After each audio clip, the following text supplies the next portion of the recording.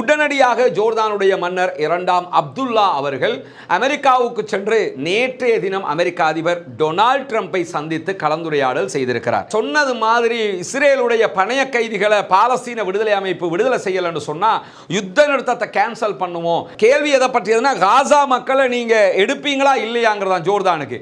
இவர் அதுக்கு பதில் சொல்லும் போது அதுக்குரிய பதிலை சொல்லாம 2000 குழந்தைகள் எடுத்து ட்ரீட்மெண்ட் பண்ணுவோம், அவங்களுக்கு தேவையான எல்லாத்தையும் பண்ணி கொடுப்போம் அப்படிங்கிறாரு. யாரும் எதிர்பார்க்காத சில ட்விஸ்டுகள் நடந்துகிட்டு இருக்குது. அதுல ஒண்ணு என்னன்னா அப்துல் ஃபத்தா சிசியினுடைய நடவடிக்கைகள்.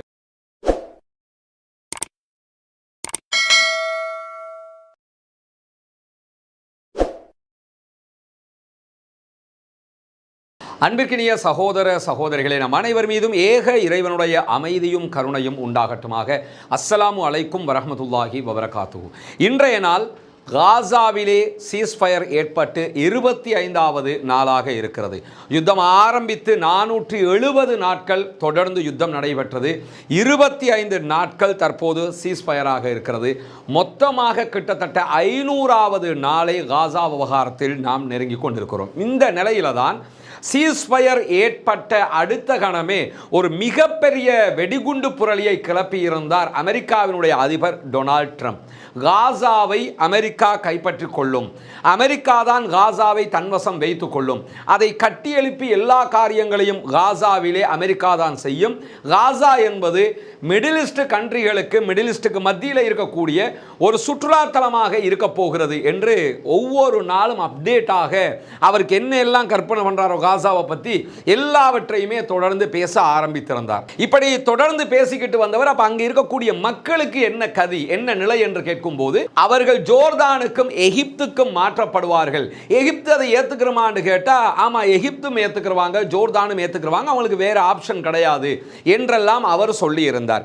அவர் இப்படி சொல்லிக் கொண்டிருக்கும் போதுதான் அடுத்ததாக பெஞ்சமின் நெத்தன்யாகு பேசும்போது காசா மக்களை ஒட்டுமொத்தமாக சவுதியில நிறைய இடம் இருக்கிறதுனால அங்க கொண்டு போய் வச்சு காசா என்கிற ஒரு நாட்டை சவுதிக்குள்ள பிரிச்சு உருவாக்குங்க என்கிற ஒரு கருத்தை சொல்லி இருந்தார். இப்படி ஒவ்வொரு நாளும் அவர்கள் ஒவ்வொரு விதமாக காசா பற்றிய கருத்துக்களை சொல்லிக் கொண்டு வருகிற நிலையில தான் கடந்த 2 நாட்களுக்கு முன்பதாக பணைய கைதிகள் விடுதலையை ஒட்டுமொத்தமாக நாங்கள் நிறுத்துகிறோம் என்று அறிவித்திருக்கிறது பாலஸ்தீன விடுதலை அமைப்பு. இப்படி காசாவினுடைய விவகாரம் மீண்டும் சூடு பிடித்திருக்கிறது, பார்வையை திருப்பி இருக்கிறது. அனைவருடைய பார்வையும் காசா பக்கம் இருக்கக்கூடிய நேரத்தில் தான் ஜோர்தானுக்கு காசாவினுடைய மக்களை இடம்பெயர செய்வோம் என்று அமெரிக்க அதிபர் சொன்னதை தொடர்ந்து உடனடியாக ஜோர்தானுடைய மன்னர் இரண்டாம் அப்துல்லா அவர்கள் அமெரிக்காவுக்கு சென்று நேற்றைய தினம் அமெரிக்க அதிபர் டொனால்ட் ட்ரம்பை சந்தித்து கலந்துரையாடல் செய்திருக்கிறார். இந்த கலந்துரையாடலை என்ன பேசினாரு, என்ன டொனால்ட் ட்ரம்ப் சொன்னாருங்கிற விஷயங்கள் இருக்குது. அதுக்கு முன்னாடி நம்ம என்ன இங்க தெரிஞ்சுக்கிற வேண்டிய விஷயம் என்னன்னா, உண்மையிலேயே இந்த காசாவில் இருந்து மக்களை வெளியேற்ற போகிறோம் என்கிற பிரச்சனையை டொனால்ட் ட்ரம்ப் உருவாக்கினதோட அரபு நாடுகள் எல்லாம் ஒரு இடத்துல இணைஞ்சு வருகிற காட்சியை நீங்க பார்க்க முடியும். ஏன்னா ஜோர்தான்லையும் எகிப்திலையும் காசா மக்களை குடியேற்ற போறோம், காசா விட்டு வெளியேற்ற போறோம் என்று சொன்னதோட இந்த 2 நாடுமே அதை நாங்கள் ஏத்துக்கிற முடியாது என்று அறிவித்தார்கள். உடனடியாக கத்தார் அதற்கு எதிராக, அமெரிக்காவுக்கு எதிராக கருத்து சொன்னது, நீங்க இப்படி செய்யக்கூடாது, நாங்கள் அதை ஏத்துக்கிறவே மாட்டோம் என்று சொன்னது. இப்படி ஒவ்வொரு நாடுகளாக சொல்லிக் கொண்டு வரும்போது தான் சவுதி நேரடியாக களத்துக்கு வந்து எக்காரணம் கொண்டும் இதை ஏற்றுக்கொள்ள மாட்டோம், காசா மக்கள் காசாவில் தான் இருக்கணும், பாலஸ்தீன பெருதேசம் 1967க்கு முன்பதாக இருந்த பாலஸ்தீனம் தனி நாடாக அங்கீகரிக்கப்பட வேண்டும், அதுதான் இதற்கு தீர்வு என்கிற கருத்தை சொல்லி இருந்தது. அதற்கு பிறகு டொனால்ட் ட்ரம்ப் மீண்டும் சொல்லும் போது சவுதி அரேபியாவினுடைய ஷூரா கவுன்சில் உறுப்பினர் யூசுப் அவர்கள் பேசுகிற நேரத்தில் என்ன சொல்லி இருந்தார் என்று சொன்னா, வேணும்னா இஸ்ரேலில் இருக்கக்கூடிய யூதர்களை அலாஸ்காவில் அல்லது கிரீன்லாந்தில் கொண்டு போய் நீங்க குடியேத்துங்க, அதை பண்ணுங்க, காசா மக்கள் அப்படி பண்ண முடியாது, நாங்கள் அதை ஏத்துக்கிற மாட்டோம் என்று தட்டாலடியாக அதிரடியாக யாரும் எதிர்பார்க்காத விதத்தில் சவுதி அரேபியா பேசி இருந்தது. சவுதி பேசியதை தொடர்ந்து எல்லா நாடுகளும் பேச ஆரம்பித்து விட்டது. குறிப்பாக யூரோப் யூனியன், யூரோப்பில் இருக்கக்கூடிய பல நாடுகள், ஸ்பெயின், கனடா என்று எல்லா நாடுகளுமே இது பற்றி பேச ஆரம்பித்திருக்கக்கூடிய நேரத்தில் நேற்றைய தினம் சிரியாவினுடைய கிளர்ச்சி படை தளபதியாக இருந்து ஆட்சியை கைப்பற்றி இருக்கக்கூடிய புதிய அதிபரும் கூட நாங்கள் காசாவை விட்டுக் கொடுக்க முடியாது என்பதை திடமாகவே அறிவித்திருக்கிறார். இப்படி எல்லா அரபு நாடுகளும் ஒருங்கிணைந்து ஒற்றுமைப்பட்டு எதிர்வருகிற 27ஆம் தேதி எகிப்தினுடைய தலைநகர் கெய்ரோவில் அரப் லீகினுடைய மாநாட்டை இதற்காகவே கூட்டி பாலஸ்தீனத்திற்கு நம்ம ஒரு முடிவு கட்ட ஓட்டணும் என்கிற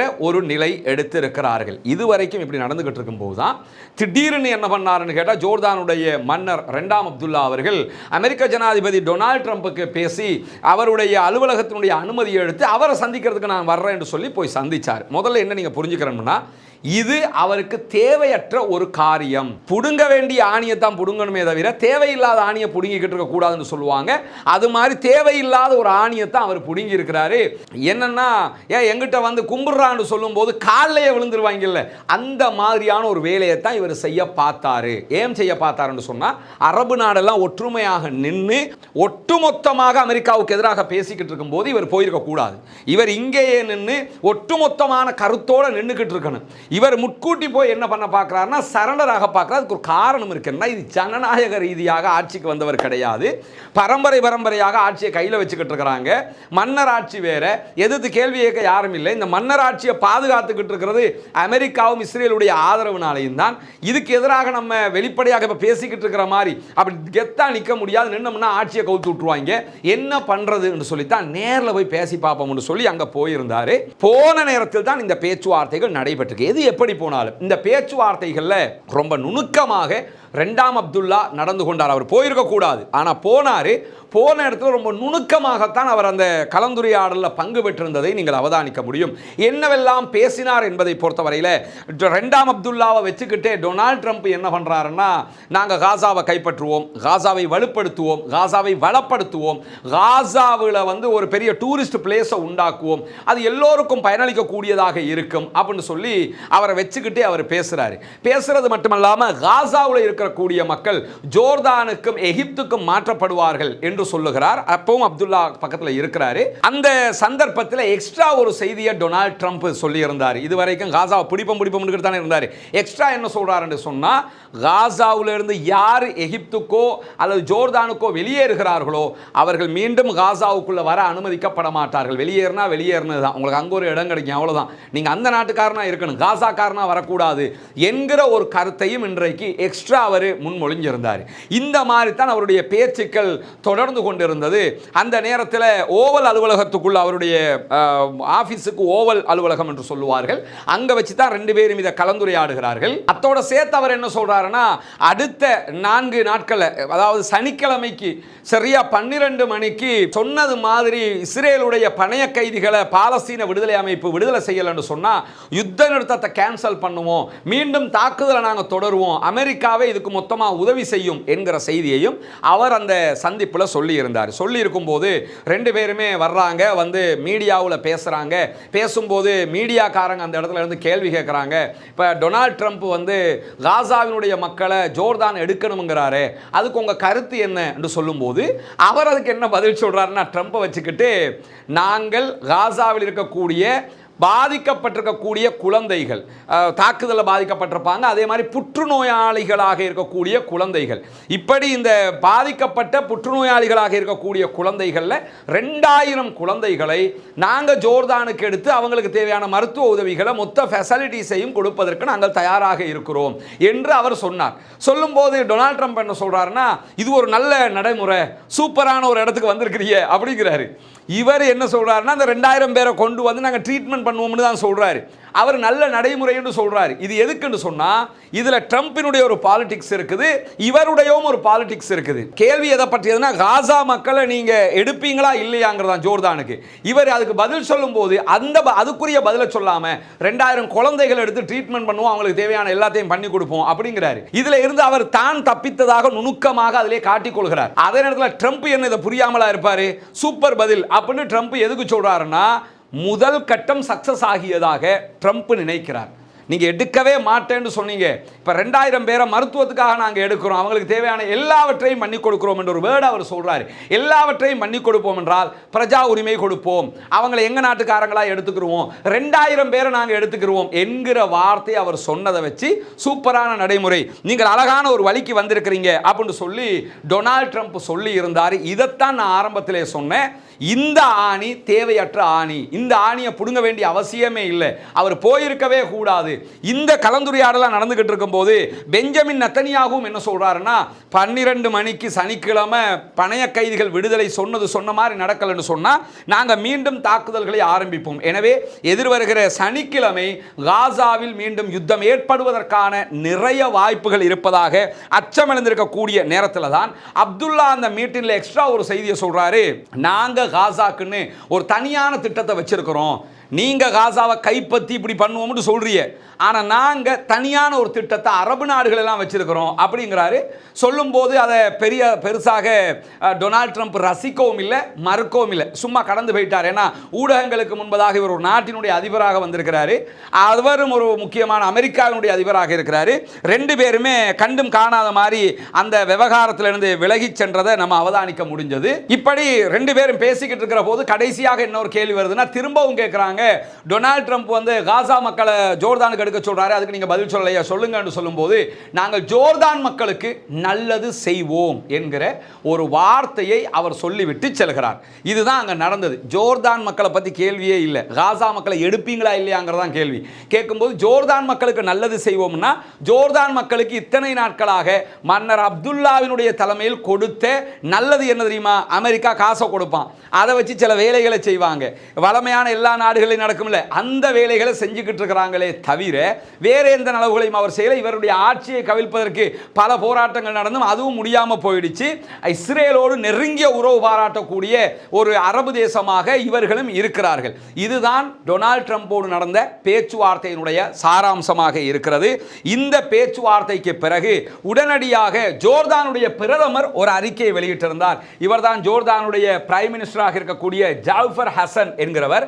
இவர் என்ன சொன்னார்னா, ஜோர்தான் ஒருபோதும் காசா மக்களை வெளியேற்றுவதை ஒப்புக்கொள்ளாது, அவர்களுக்கு என்று தனியான ஒரு திட்டம் இருக்கிறது, அவங்களை அந்த நாட்டில் வச்சு தான் டெவலப் பண்ணணுமே தவிர எங்க நாட்டுக்கோ வேறு நாட்டுக்கோ அனுப்புவதை நாங்கள் ஒப்புக்கொள்ள முடியாது என்று சொல்லி அவர் வெளிப்படையாக இந்த மீட்டிங் நடந்து வித்தின் ஒரு 1 ஹவருக்குள்ள இந்த அறிவிப்பை வெளியிடுறார். இதுல இருந்து என்ன தெரியுதுன்னு சொன்னா, ஜோர்தான் மன்னர் தான் நல்லவன் வல்லவன் என்று சொல்லி சமாளிப்பதற்காக போயிருக்கிறார்.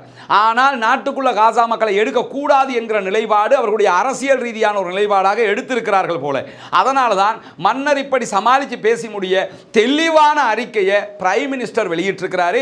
இப்பொழுது ஜோர்தானுடைய நிலைப்பாடு இப்படி ஒரு தத்தளிக்கிற நிலைப்பாடாக நின்று கொண்டிருக்கிறது. டொனால்ட் ட்ரம்ப் அந்த மீட்டிங்ல எக்ஸ்ட்ரா என்ன சொல்றாருன்னா, எகிப்து பதில் சொல்லும்னு நான் நம்புறேன், என்ன சொல்றாங்கன்றத பார்ப்போம்னு சொல்லி இருந்தார். இதை நம்ம என்ன கவனிக்கணும்னா, பலஸ்டைன் மக்கள் என்ன முடிவெடுப்பாங்கங்கிற ஒரு கேள்வி இருக்குல்ல, அந்த முடிவு எப்படிப்பட்ட முடிவாக இருக்கும்னா, ஊடகங்கள் போய் கேட்கும் போதே நாங்கள் எக்காரணம் கொண்டு வெளியேற மாட்டோம்ங்கிறத அவங்க தெளிவாக சொல்கிறாங்க. அப்படின்னா என்ன அர்த்தம்னா, கண்டிப்பாக அவங்க வெளியேற போகிறதில்லை. அதுலேயும் ஒரு 25 லட்சம் மக்கள் இருக்கிறாங்கன்னா 5 லட்சம் மக்கள் வெளியேறினா கூட 20 லட்சம் மக்கள் அங்கே தான் இருக்க போகிறாங்க.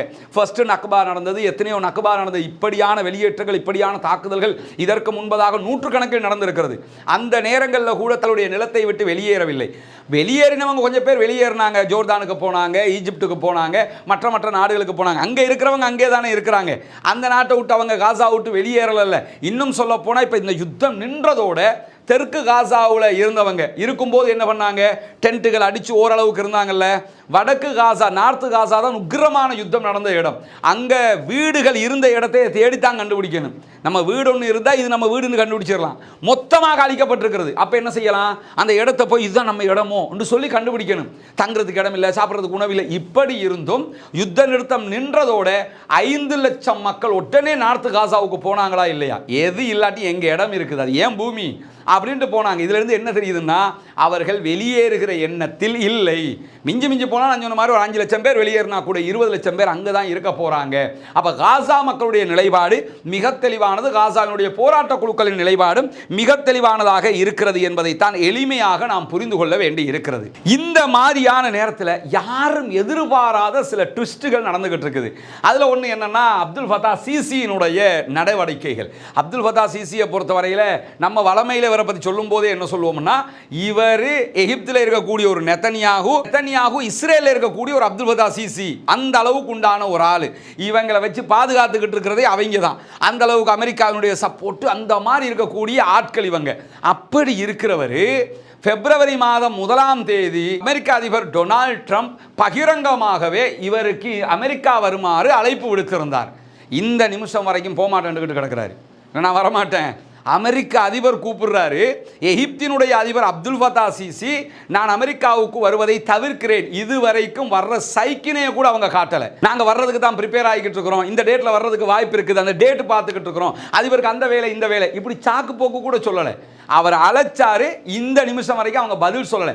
பதில் சொல்லலைங்கிறதுக்கான காரணம் என்ன என்பதை அவர்கள் ராய்ட்டருக்கு தெளிவுபடுத்தும் போது அந்த நாட்டினுடைய முக்கியமான அதிகாரிகள் என்ன சொல்றாங்கன்னா, அமெரிக்காவினுடைய அதிபர் அப்துல் ஃபத்தா சிசியை, எகிப்தினுடைய அதிபரை அழைப்பதை எதற்குன்னு சொன்னா, இந்த இடப்பெயர்வு பற்றி பேசுறதுக்கு. காசா மக்களை நீங்களும் எடுத்துக்கிறீங்க, ஜோர்தானை நாங்கள் பேச வச்சுட்டோம், ஜோர்தான் இப்படி சொன்னாங்க, நீங்கள் இப்படி செய்யுங்க அப்படின்னு சொல்றதுக்கு தான் கூப்பிடுறாங்க. அப்படி கூப்பிடும்போது நாங்கள் தான் அதுக்கு ஒத்துக்கொள்ளவே இல்லையே. எக்காரணம் கொண்டும் காசா மக்களை வெளியேற்ற முடியாது. இதில் என்ன கவனிச்சுக்கிறீங்கன்னா, காசா மக்களை எடுக்க முடியாது என்று சொல்லுகிற விதமாக இதை பார்க்கக்கூடாது, எடுக்கக்கூடாது.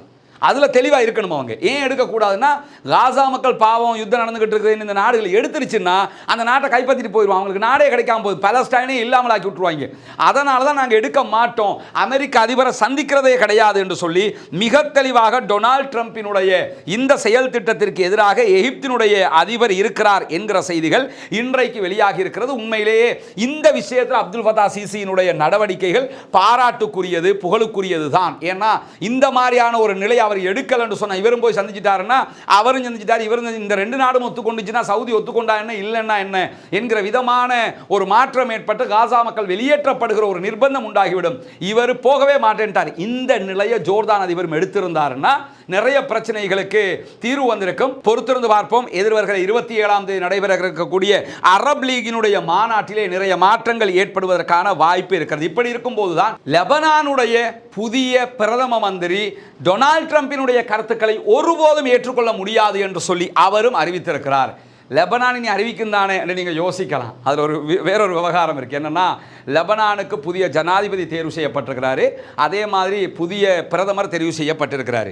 நிறைய இந்த காசா பற்றிய செய்திகளை மற்ற சேனல்களில் பார்த்தீங்கன்னா அவங்க என்ன சொல்லி கொண்டிருப்பாங்கன்னா, புதிய பிரதமர் தெரிவு செய்யப்பட்டிருக்காரு, அங்கே ஹிஸ்புல்லாக்களுக்கு இடமில்லை என்றெல்லாம் சொல்லிக்கிட்டு இருப்பாங்க. அதெல்லாம் கிடையாது. ஹிஸ்புல்லாவுடைய கோரிக்கைப்படி தான் இவர் பிரதமராக நியமிக்கப்பட்டிருக்கிறார். நவாப் சலாம் என்று அறியப்படக்கூடியவர். இவர் யாருன்னு கேட்டால், இப்ப லெபனானுடைய பிரதமராக தெரிவு செய்யப்பட்டிருக்கிறார்ல, இதுக்கு முன்னாடி இவர் யாராக இருந்தார்னா, ஐசிசி என்கிற இன்டர்நேஷனல் கிரிமினல் கோர்ட்டினுடைய தலைவராகவே இவர் தான் செயல்பட்டார். சர்வதேச சட்டங்களை அலசி ஆராயக்கூடிய மிக பிரபலமான சட்டத்தரணி, அதனுடைய தலைவராக இருந்தார். இப்ப லெபனானுடைய பிரதமராக இருக்கிறார். அவரும் மிக தெளிவாக இன்றைக்கு என்ன செஞ்சிட்டாருன்னா, ஒருபோதும் இந்த திட்டத்தை நாங்கள் ஏற்றுக்கொள்ள மாட்டோம், பாலஸ்தீன அரசாங்கம் என்கிற கான்செப்டை மொத்தமாக அழிப்பதற்கு அமெரிக்கா திட்டமிடுகிறது, அதை ஏற்றுக்கொள்ள முடியாது, காசா மக்களை எகிப்துக்கோ ஜோர்தானுக்கோ அனுப்புவதை ஏற்றுக்கொள்ள முடியாது, பாலஸ்தீனம் என்கிற ஒரு தனிநாடாக இருக்க வேண்டும். இந்த பேச்சுக்களை எல்லாம் நான் அருவருப்பாக பார்க்கிறேன் என்று சொல்லிவிட்டு நெத்தனியாவுக்கு புத்தி கெட்டு போயிச்சான்னு கேட்கிறாரு. ஏன்னா காசாவில் காசா கவர்மெண்ட்டை உண்டாக்காமல் சவுதியில் போய் உண்டாக்க முடியும் அப்படின்னு சொல்லி இன்றைக்கு படு காட்டமாக அவர் பேசியிருக்கக்கூடிய செய்திகளும் வெளியாகி இருக்கக்கூடிய நேரத்தில் டொனால்ட் ட்ரம்பினுடைய செயல்பாடுகளை மிக கடுமையாக கண்டித்திருக்கிறது வடகொரிய அரசாங்கம். அன்பிற்கினிய சகோதர சகோதரிகளே, தொடர்ந்தும் இந்த காசாவினுடைய வார் ஆரம்பித்ததில் இருந்து 470 நாட்கள் நம்முடைய வீடியோக்களை பார்த்துருக்கிறீங்க. அதே மாதிரி தொடர்ந்து சீஸ்ஃபயருடைய செய்திகளை பார்த்து வர்றீங்க. சர்வதேச மட்டத்திலையும் லோக்கலில் இலங்கை மட்டத்திலையும் நடக்கக்கூடிய இஸ்லாமியர்கள் தொடர்பான செய்திகள், அதே போன்று மற்ற உலக நடப்புகள் தொடர்பான செய்திகளையும், மார்க்க ரீதியாக மார்க்க விவகாரங்களில் நான் ஆற்றக்கூடிய உரைகளையும் ரஸ்மின் எம்ஐஎஸ்சி என்கிற சேனலை நம்ம ஆரம்பத்தில் போட்டு வந்தோம். அந்த சேனல் முடக்கப்பட்டிருந்தது. அதற்கு பிறகு ரஸ்மின் எம்ஐஎஸ்சி டாக்ஸ் என்கிற ஒரு சேனல் திறந்திருந்தோம். அந்த சேனலும் இரண்டாவதாக 40,000 சப்ஸ்கிரைபர்களோட முடக்கப்பட்டிருந்த நிலையில் தான் தற்போது ரஸ்மின் எம்ஐஎஸ்சி நியூஸ் என்கிற இந்த சேனலில் நீங்கள் செய்திகளை பார்த்து வர்றீங்க. இப்படி மூன்றாவது சேனலில் நம்ம பயணித்து கொண்டிருக்கும் போது அல்லாஹ்வுடைய உதவியால் 20,000 சகோதரர்கள் இப்பொழுது சப்ஸ்கிரைப் பண்ணியிருக்கிறீங்க. எனக்கு தெரிஞ்சு இந்த செய்திகளை தேடி வந்து பார்க்கக்கூடிய மக்களாக பல பேர் இருக்கிறாங்க. தேடி நம்மள்கிட்ட எங்கே உங்கள் வீடியோ வரமாட்டேங்குதுன்னு கேட்டு சப்ஸ்கிரைப் செய்து கொள்ளக்கூடியவர்கள் நம்ம பார்க்குறோம். இந்த நிலையில் தான் எப்பொழுதும் எதுவும் நடக்கலாம் என்கிற வகையில் ஏற்கனவே ஒரு ரஸ்மின் எம்ஐஎஸ்சி டாக்ஸ் என்கிற சேனல் இருக்கும்போது இன்னொரு சேனலை நம்ம ரிகவருக்காக வச்சுருந்தோம். அந்த சேனலில் தான் இப்பொழுது வீடியோ போட்டுக்கிட்டு வர்றோம். எதுவும் எப்பொழுதும் நடக்கலாம் என்கிற வகையில் இந்த சேனலுக்கும் ஏதாவது நடந்தால் நீங்கள் தடுமாறக்கூடாது என்கிற வகையில் தற்போது ரஸ்மின் எம்ஐஎஸ்சி அப்டேட்ஸ் என்கிற இன்னொரு சேனலை நம்ம ஓப்பன் பண்ணியிருக்கிறோம். அந்த சேனலில் இன்றைக்கி சவுதி பற்றிய ஒரு முக்கியமான வீடியோ வெளியிட்டிருக்கிறோம். இந்த சேனலையும் அந்த வீடியோ போடப்பட்டிருக்கிறது. பட் என்னென்னா அந்த சேனலையும் அத்தனை சகோதரர்களும் சப்ஸ்கிரைப் செய்து கொள்ளுங்கள். ரஸ்மின் எம்ஐஎஸ்சி அப்டேட்ஸ் என்று எனக்கு முன்னால் உங்களுக்கு காட்டப்படக்கூடிய இந்த சேனலுடைய லிங்க் நம்முடைய டெலிகிராம் மற்றும் வாட்ஸ்அப் சேனலில் போடப்படும். அதே போன்று இந்த சேனலுடைய கம்யூனிட்டி பேஜ்லையும் அந்த லிங்கை நம்ம போட்டு விடுவோம். கண்டிப்பாக இந்த சேனலை சப்ஸ்கிரைப் செய்திருக்கக்கூடிய சகோதரர்கள் உடனடியாக ரஸ்மின் எம்ஐஎஸ்சி அப்டேட்ஸ் என்கிற அந்த சேனலையும் சப்ஸ்கிரைப் செய்து கொள்ளுங்கள். 2 சேனலையும் சப்ஸ்கிரைப் செய்யாத சகோதரர்களும் 2 சேனலையும் சப்ஸ்கிரைப் செய்து கொள்ளுங்கள். ஏன்னா நம்ம நிறைய வீடியோக்களை அதில் போட இருக்கிறோம், அதே மாதிரி இதிலையும் போட இருக்கிறோம். 2லையுமே இதில் வராத செய்திகள் அதில் வரக்கூடும், அதில் வராத செய்திகள் இதில் வரக்கூடும் என்கிற வகையில் 2 சேனலுமே நீங்கள் இணைந்து கொள்ளுங்கள். அதுதான் நமக்கு எதிர்காலத்துக்கும் பாதுகாப்பானது என்கிற கோரிக்கை இந்த இடத்திலே நான் உங்களிடத்தில் வைத்துக் கொள்கிறேன். எனக்கு பின்னால் இருக்கக்கூடிய இந்த புகைப்படம் உங்களுக்கு தெரிஞ்சிருக்கும். இது இப்போ ரீசெண்டாக எடுத்ததில்லை. கடந்த தடவை டொனால்ட் ட்ரம்ப் ஜனாதிபதியாக இருக்கும்போது வடகொரியாவினுடைய அதிபர் கிம் உன் ஜுங்கை சந்தித்த ஒரு காட்சி தான் இது. டொனால்ட் ட்ரம்ப்ட இருக்கக்கூடிய ஒரு ஸ்பெஷலே என்னென்னு கேட்டால் யோசிக்காமல் செய்கிறது தானே. அப்படி யோசிக்காமல் செஞ்ச ஒரு வேலை தான். யாருமே சந்திக்க மறுத்த வடகொரியாவினுடைய அதிபரை அவர் போய் சந்தித்தார். அந்த மாதிரி சில வேலைகளை எடுத்தேன் கவிழ்த்தேன் அவர் செய்வார். அந்த நேரத்தில் எடுக்கப்பட்ட புகைப்படம். இங்கே உள்ள விஷயம் என்னென்னு கேட்டால், அமெரிக்கா ஒரு தலை சிறந்த கொள்ளைக்காரன் என்கிற ஒரு வார்த்தையை பயன்படுத்தி இன்றைக்கு வடகொரியாவினுடைய அரசாங்கம் ட்ரம்பின் திட்டத்தை நாங்கள் மொத்தமாக மறுக்கிறோம் என்று சொல்லி அறிவித்திருப்பது மட்டுமல்லாமல் பாலஸ்தீன மக்களுடைய பாதுகாப்பு அதே போன்ற அமைதி குறித்த நம்பிக்கைகள் இந்த திட்டத்தால் நசுக்கப்பட போகிறது. இவர்கள் படுகொலை செய்வதில் தலை சிறந்தவர்கள். எனவே அமெரிக்காவினுடைய திட்டத்தை நாங்கள் ஒருபோதும் ஏற்றுக்கொள்ள மாட்டோம். பாலஸ்தீன மக்களுக்காக நாங்கள் என்றைக்கும் நிற்போம் என்கிற ஒரு கருத்தை இன்றைக்கு வலியுறுத்தி இருக்கிறார் கிம் உன் ஜுங் என்கிற வடகொரியாவினுடைய அதிபர். நமக்கு தெரியும், ஏற்கனவே நம்ம சொல்லியிருக்கிறோம் வீடியோக்களில். காசாவில் இந்த யுத்தத்திற்கு மிக பாதுகாப்பாக அமையக்கூடிய இந்த சுரங்க வழி பாதைகள் திட்டம் இருக்குதா இல்லையா, அந்த பங்கர் சிஸ்டம். இந்த பங்கர் சிஸ்டத்தை உச்சகட்டமாக டெவலப் பண்ணி கொடுத்ததே இவங்க தான் என்கிற செய்திகள் தான் தொடர்ந்து நம்ம பார்க்க முடியும். வடகொரியா தான் அந்த உதவியை அவர்களுக்கு செய்திருக்கிறது பாலஸ்தீன மக்களுக்கு. அப்படி பாலஸ்தீன மக்களோடு நிற்கக்கூடிய ஒரு நாடாக இன்றைக்கும் தன்னை அடையாளம் காட்டியிருக்கிறது வடகொரியா. மொத்தத்தில் பார்த்தீங்கன்னு சொன்னால் அடுத்ததாக வந்திருக்கக்கூடிய இன்றைய முக்கியமான செய்தி, காசா பாலஸ்தீன மக்களுக்கு சொந்தமானது. காசாவை விட்டு அவர்களை வெளியேற்றுவதையோ காசாவை கைப்பற்றுவதையோ ஒருபோதும் நாங்கள் ஏற்றுக்கொள்ளவே மாட்டோம் என்கிற செய்தியை இன்றைக்கு சைனாவும் வெளியிட்டு இருக்கிறார்கள். எதுக்காக இதை சொல்ல வர்றேன்னா, எல்லா நாடுகளையும் பாருங்க, ரஷ்யா, சீனா, நார்த் கொரியா, அதே மாதிரி அரபு தேசங்கள், ஈரான், இந்த மாதிரி எல்லாமே வெஸ்ட்டுக்கு அமெரிக்காவுக்கு எதிராக இருக்கக்கூடிய நாடுகள் எல்லாமே பாலஸ்தீனத்திற்காக ஒன்று திரண்டு கொண்டு வரக்கூடிய ஒரு நிலை இருக்கிறது. அமெரிக்காவோடு நின்ற நாடுகள் கூட பிரான்ஸாக இருக்கலாம், ஜெர்மனாக இருக்கலாம், கனடாவாக இருக்கலாம், இந்த நாடுகள் கூட, யூரோப்பில் இருக்கக்கூடிய நாடுகள் கூட மொத்தமாக காசாவுக்காக தற்போது திரும்பி இருக்கக்கூடிய ஒரு நிலை உருவாகி இருக்கிறது. எனவே இந்த நிலையெல்லாம் காசாவுக்கான ஒரு மிகப்பெரிய பாதுகாப்பாக மாறியிருப்பதை நாம் அவதானிக்க முடியும். இன்றைக்கு வெளியாக இருக்கக்கூடிய பல முக்கியமான செய்திகளாக இவைகள் தான் இருக்கிறது. பாலஸ்தீன விடுதலை அமைப்பினர் சனிக்கிழமை பணைய கைதிகளை விடுதலை செய்வார்களா இல்லையா என்கிற ஒரு மிகப்பெரிய கேள்வி இருக்கிறது. விடுதலை செய்ய மாட்டோம் என்பதை அவர்கள் ஆல்ரெடி அறிவித்திருக்கக்கூடிய நேரத்தில் தற்போதைக்கு எந்த ஒரு சண்டைகளும் எங்கும் நடக்காத ஒரு நிலையில் வெஸ்ட் பேங்கில் தொடர்ந்து தாக்குதல்கள் நடைபெற்று வருகிறது. இன்றைக்கும் 12 சகோதரர்கள் அப்பாவிகள் கைது செய்யப்பட்டிருக்கிறார்கள் என்கிற தகவல்கள் வந்திருக்கிறது. பொறுத்திருந்து பார்ப்போம் என்ன நடக்கிறது என்பதை. வல்ல ரஹ்மான் அந்த மக்களை பாதுகாக்க போதுமானவன். அல்லாஹுடைய அருள் அவர்களுக்கு கிடைக்க வேண்டும் என்று அல்லாஹ்விடத்தில் பிரார்த்தனை செய்ய மறந்து விடாதீர்கள். வெஸ்ட் பேங்கில் நடக்கக்கூடிய தாக்குதல்கள் உடனடியாக நிறுத்தப்பட வேண்டும். இஸ்ரேலிய ஆக்கிரமிப்பு படைகளுக்கு எதிராக குனூத்து நாசிலாவை ஓத மறந்து விடாதீர்கள். பாலஸ்தீன மக்களுக்காக ஜனநாயக ரீதியாக என்றும் குரல் எழுப்புவோமாக. வாஹிர் தஅவானா அல்ஹம்துலில்லாஹி ரப்பில் ஆலமீன்.